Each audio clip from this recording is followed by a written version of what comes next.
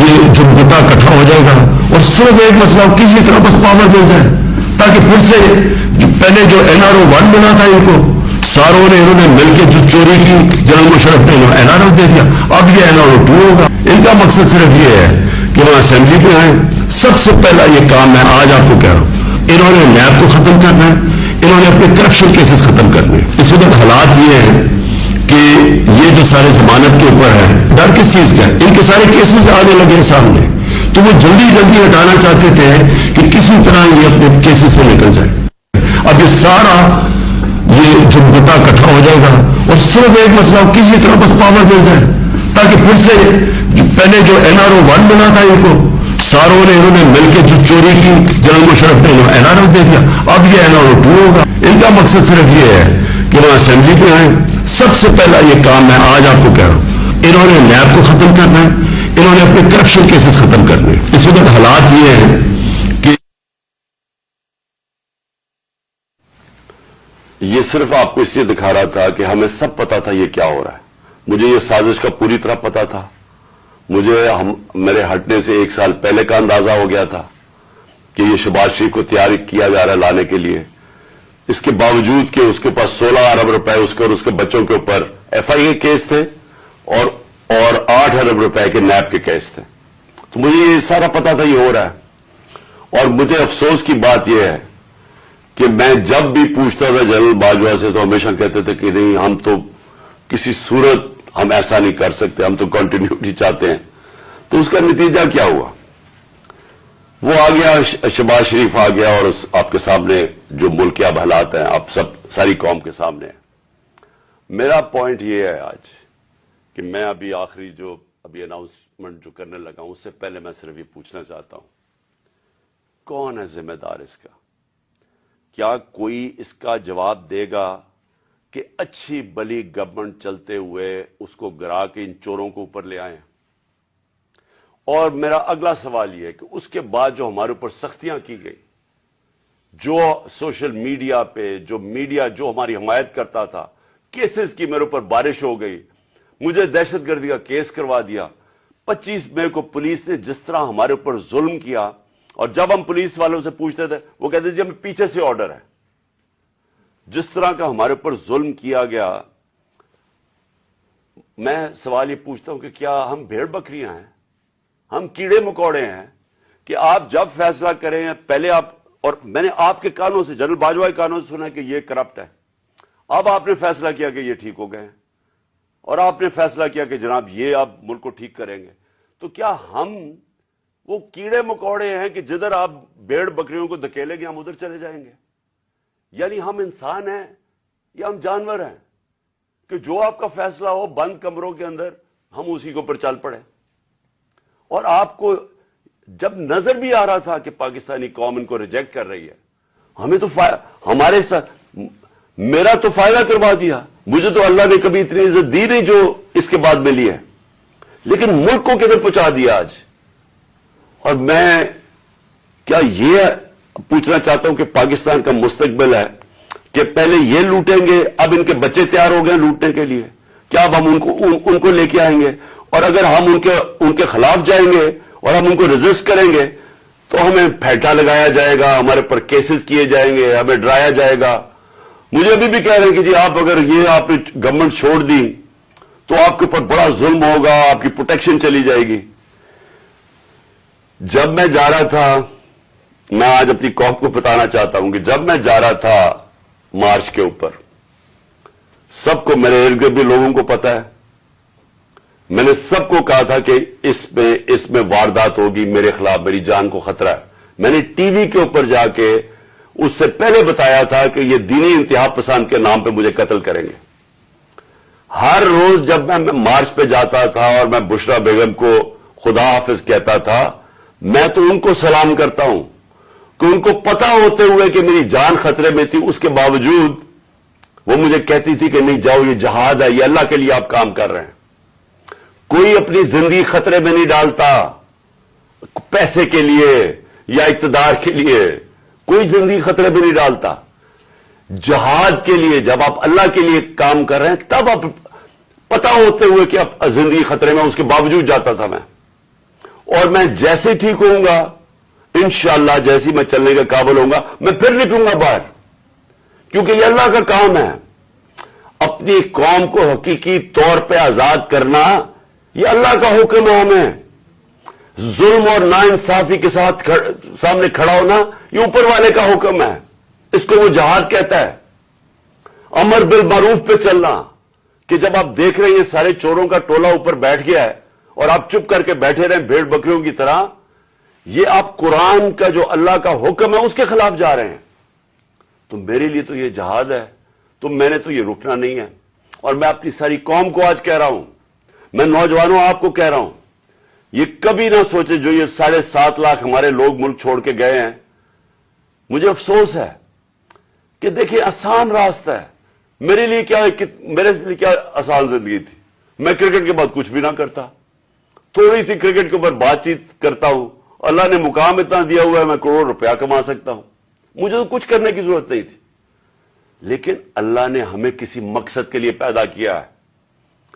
جانور آتے ہیں، بچے پیدا کرتے ہیں، کھا پی کے مر جاتے ہیں، تو انسان بھی اگر اس کو اب سمجھ ہی نہ آئے کہ اللہ نے ہمیں کسی مقصد کے لیے پیدا کیا ہے، تو اس میں جانوروں میں کیا فرق رہ جاتا ہے؟ وہ جب قرآن کی آیت ہے کہ جب انسان فرشتے سے بھی اوپر چلا جاتا ہے لیکن گرتا ہے تو جانور سے بھی نیچے چلا جاتا ہے۔ تو میں اپنی ساری قوم کو کہہ رہا ہوں کہ دیکھیں ہمارے سامنے اب 2 راستے ہیں۔ ہم ان چوروں کے ٹولوں کو مان لیں تو ہم اپنی تباہی کر رہے ہیں، اس ملک کا کوئی مستقبل نہیں ہے۔ ایک ہی راستہ ہے کہ اب جدوجہد کریں۔ میں وہاں جب گیا پنڈی پہنچا اور میں اس وقت بڑی تکلیف میں تھا، میں یہ بھی آپ کو بتا دوں، کیونکہ مجھے ڈاکٹرز نے کہا تھا ابھی نہیں آپ ٹریول کر سکتے۔ میں گیا اس کے باوجود صرف اپنے لوگوں کو کھڑا کرنے کے لیے کہ دیکھیں یہ پاکستان کے لیے ایک فیصلہ کن وقت ہے، اس کو ضائع نہ ہونے دیں۔ قوم میں بیداری آ گئی ہے، اور میں وہاں 2 میں چیزیں کر سکتا تھا۔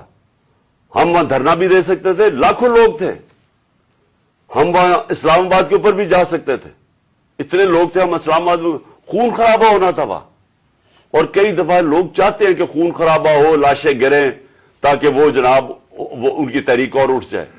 میں یہ نہیں چاہتا تھا۔ میں نے ساری سٹرگل آئین اور قانون کے بیچ میں ہے، میں کبھی اس سے باہر نہیں نکلا، اور میں نے اس لیے فیصلہ کیا کہ بجائے ہم وہاں جائیں اور توڑ پھوڑ ہو اور تباہی ہو، میں نے فیصلہ یہ کیا کہ ہم جو 2 اسمبلی اب قربان کرتے ہیں، اپنی 2 اسمبلیوں کو ہم قربان کرتے ہیں اپنے ملک کے لیے، اور اس لیے کرتے ہیں کہ ان کو جب 66% پاکستان میں الیکشن ہوگا، جب ہم ان 2 اسمبلیوں سے نکلیں گے، جو میں بھی بتانے لگا ہوں کب نکلیں گے، 66% پاکستان میں الیکشن ہوگا، تو عقل تو یہ کہتی ہے کہ آپ جنرل الیکشن کروا دیں۔ لیکن میں پھر سے کہتا ہوں یہ خوف زدہ ہیں، الیکشن ہارنے سے ڈرے ہوئے ہیں، ان کا کوئی پاکستان کا مقصد نہیں کہ پاکستان اوپر جا رہا ہے یا نیچے جا رہا ہے، ان کا مقصد ایک ہے، کیسے اپنا چوری کا پیسہ بچانا ہے انہوں نے، اور اس لیے یہ الیکشن نہیں کروائیں گے، اور اسی لیے ہم نے فیصلہ کیا کہ ہم الیکشن کروائیں گے۔ اور میں نے اپنے سارے وکیلوں سے پوچھ لیا ہے، یہ کوشش بھی کریں گے الیکشن کمیشن کے ذریعے کہ یہ کسی طرح ڈیلے ہو جائے۔ آئین بالکل اجازت نہیں دیتا 90 دن کے آگے۔ ہم نے فیصلہ کیا ہے، اور میں بڑا شکر گزار ہوں اپنے دونوں چیف منسٹرز کا کہ انہوں نے بالکل میرے ساتھ چلے ہیں، میرا ساتھ دیا ہے۔ ہم نے فیصلہ یہ کیا ہے کہ ہم اگلے جمعے کو، آج ہے ہفتہ، اگلے جمعے کو ہم دونوں پختونخوا کی اسمبلی ڈیزالو کر دیں گے اور پنجاب کی اسمبلی ڈیزالو کر دیں گے، اور اس کے بعد ہم الیکشن کی تیاری کریں گے، اور اس کے بعد ہماری جو 100 غالباً 23 سیٹیں ہیں اس وقت نیشنل اسمبلی میں، ہم وہاں جا کے نیشنل اسمبلی میں جا کے اسپیکر کے سامنے ہم وہاں کھڑے ہو کے کہیں گے کہ ہمارے ریزگنیشن ایکسپٹ کرو۔ یہ ڈرامے نہ کرو کہ چن کے 8 جو انہوں نے پہلے ہمارے ساتھ کیا تھا، انہوں نے بجائے ہمارے باقی ریزگنیشن ایکسپٹ کرنے کے، انہوں نے 8 سیٹیں چنی۔ یہ جو بڑا کرپٹ یعنی مورلی کرپٹ الیکشن کمیشن ہے، اس نے نواز شریف کے ساتھ بیٹھ کے 8 سیٹیں چنی جو ہماری سب سے کمزور سیٹیں تھیں، جن میں بڑی کم مارجن سے ہم جیتے تھے، اور جدھر پی ڈی ایم کا ووٹ دگنا تھا ہمارے سے اس الیکشن کے اندر، اب یہ عوام دیکھیں کدھر آج ایک باشعور عوام ہے، بیداری آئی ہوئی ہے میری قوم میں، پتہ ہوتے ہوئے کہ اب میں نے اسمبلی میں نہیں، میں 8 سیٹوں پہ لڑا، پتہ ہوتے ہوئے کہ میں نے اسمبلی میں نہیں جانا، اس کے باوجود میری قوم نے مجھے سارے 8 کی 8 سیٹوں پہ جتایا، 7 سیٹوں پہ جتایا، اور ایک جو کراچی کے اندر سیٹ تھی ذرا وہاں دیکھ لے، وہ الیکشن کمیشن کو وہ دھاندلی نہیں نظر آئے گی جس طرح انہوں نے پوری اسٹیٹ مشینری استعمال کی اور ووٹ باہر پھینک دیا، جو ہر بار استعمال کرتا ہے۔ تو ہم نے یہ فیصلہ کر لیا۔ میں اپنی قوم کو آخر میں صرف یہ کہنا چاہتا ہوں کہ دیکھیں، مایوسی گناہ ہے۔ آپ مایوس ہو کے گھر بیٹھ جائیں یا آپ باہر ٹکٹ لے کے کسی اور ملک میں چلے جائیں اور کوئی نوکری مل جائے، یہ میری نظر میں یہ ایک انسان اپنی جو ڈیوٹی ہے معاشرے کو اس سے بھاگتا ہے۔ اصل آپ سب کی ڈیوٹی یہ ہے کہ ہم اب کھڑے ہوں اور ہم ان چوروں کا اور اس کرپٹ نظام کا مقابلہ کریں، اور ہم کریں الیکشن کے ذریعے، اور الیکشن کے ذریعے ان کو سبق سکھائیں آئین اور قانون کے بیچ میں رہتے ہوئے۔ میں نہیں چاہتا کہ یہ سری لنکا جیسا سچویشن ہو کہ لوگ سڑکوں کے اوپر آ جائیں اور توڑ پھوڑ ہو۔ میں چاہتا ہوں کہ ہم الیکشن کے ذریعے ان کو شکست دیں، اور ان کو ایسی شکست دیں کہ یہ ہمیشہ کے لیے ان چوروں کا نام و نشان یہاں سے چلا جائے، اور وہ تب ہوگا جب آپ سب اس کو اپنی ذمہ داری لے کے نکلیں گے۔ اور میں آپ کو آخر میں یہ کہنا چاہتا ہوں کہ مایوسی جو ہے، میں 3.5 سال گورنمنٹ میں رہا، اس کے باوجود کہ بینکرپٹ گورنمنٹ میں لی، اس کے باوجود کہ ہمارے پاس تجربہ ہی نہیں تھا بالکل، ہم پہلی دفعہ گورنمنٹ میں آئے تھے، ایک کے بعد دوسرا کرائسس تھا، صدی میں ایک دفعہ کرونا جیسا کرائسس آتا ہے، وہ اوپر سے آ گیا، 2 سال وہ رہا، اس کے باوجود پاکستان میں کسی گورنمنٹ نے، جس طرح میں نے کہا کہ جو ملٹری ڈکٹیٹرز کو تو امریکن ڈالرز ملے، ہمیں تو کوئی ڈالرز نہیں ملے، سب سے بہترین ہماری اکنامک پرفارمنس تھی۔ اس سب کے باوجود اب ہم سمجھ گئے ہیں، مجھے تیسرے اور چوتھے سال میں پوری سمجھ آ گئی کہ یہ گورنمنٹ چلتی کیسے ہے۔ میں آخر میں صرف آپ کو یہ کہنا چاہتا ہوں، مایوس نہ ہوں، ملک یہ تب اب اٹھے گا جب بڑے اور مشکل فیصلے ہوں گے۔ یہ مشکل فیصلے ان کے نہیں کہ قیمتیں بڑھاتے جاؤ اور کہو جی مشکل فیصلہ ہے۔ مشکل فیصلے کا مطلب ملک کے اداروں کو ری اسٹرکچر کریں، اس ملک کے اندر انصاف قائم کریں، رول آف لا قائم کریں۔ اگر اللہ بھاری اکثریت دیتا ہے تو تب آپ یہ سب کچھ کر سکتے ہیں، اس ملک میں اصلاحات کر سکتے ہیں، ادارے ٹھیک کر سکتے ہیں۔ جو گورنمنٹ کیسے چلتی ہے، اتنی بڑی ہم نے گورنمنٹ بنا دی ہے اور وہ ہمیں آگے نکلنے نہیں دیتی، ہر جگہ رکاوٹیں بن گئی ہوئی ہے، اور ہم نے کافی چینج بھی کیا۔ ایکسپورٹس بڑھانی ہے، ہم نے ریکارڈ ایکسپورٹس بڑھائی۔ کیسے ہم نے ایکسپورٹس بڑھانی ہے اس کا ہم نے پلان بنایا ہوا ہے۔ اسمال اور میڈیم انڈسٹری کو کیسے کھڑا کرنا ہے جو اصل روزگار دیتی ہے اور دولت میں اضافہ ہوتا ہے۔ اپنی ایگریکلچر جو زراعت ہے، ہم نے چائنا سے بات کر چکے تھے کہ نئی ٹیکنالوجی ہم لے کے آئیں، بدقسمتی سے کورونا کی وجہ سے 2 سال چائنا بند ہو گیا۔ وہ جو نئی ٹیکنالوجی سے ہم نے صرف اپنی، اگر ہم وہ چھوڑیں کہ جو چائنا کے اندر وہ پیداوار لیتے ہیں 1 ایکڑ سے، ہم اگر اپنی دگنی کر لیں تو اب یہ سمجھے کہ پاکستان کے اندر ایک انقلاب آ جائے گا۔ میں آخر میں یہ کہنا چاہتا ہوں کہ کوئی مایوس ہونے کی کوئی ضرورت نہیں ہے۔ یہ ٹورزم میں ہی ہم اتنا پیسہ بنا سکتے ہیں، اور وہ بھی بدقسمتی سے کورونا کی وجہ سے ٹورزم ساری دنیا میں بند ہوگی۔ ہم اس ملک کو اٹھا سکتے ہیں، لیکن وہ گورنمنٹ اٹھائے گی جس کے پاس ایک مینڈیٹ ہو، جس کے پاس عوام کی طاقت ہو، اور اس اللہ کے بعد اس ملک کے جو وارث ہے وہ عوام ہے، اور کوئی نہیں۔ عوام اس ملک کی وارث ہے، اور میں ان میں آپ میں سے ہوں۔ ہم نے اس عوام نے ایک قوم بن کے ہم نے اس مشکل وقت سے نکلنا ہے، اور لیکن وہ نکلیں گے تب جب اس ملک کے اندر صاف اور شفاف الیکشن ہو، اور اس کے لیے ہماری اب جدوجہد جاری رہے گی۔ میں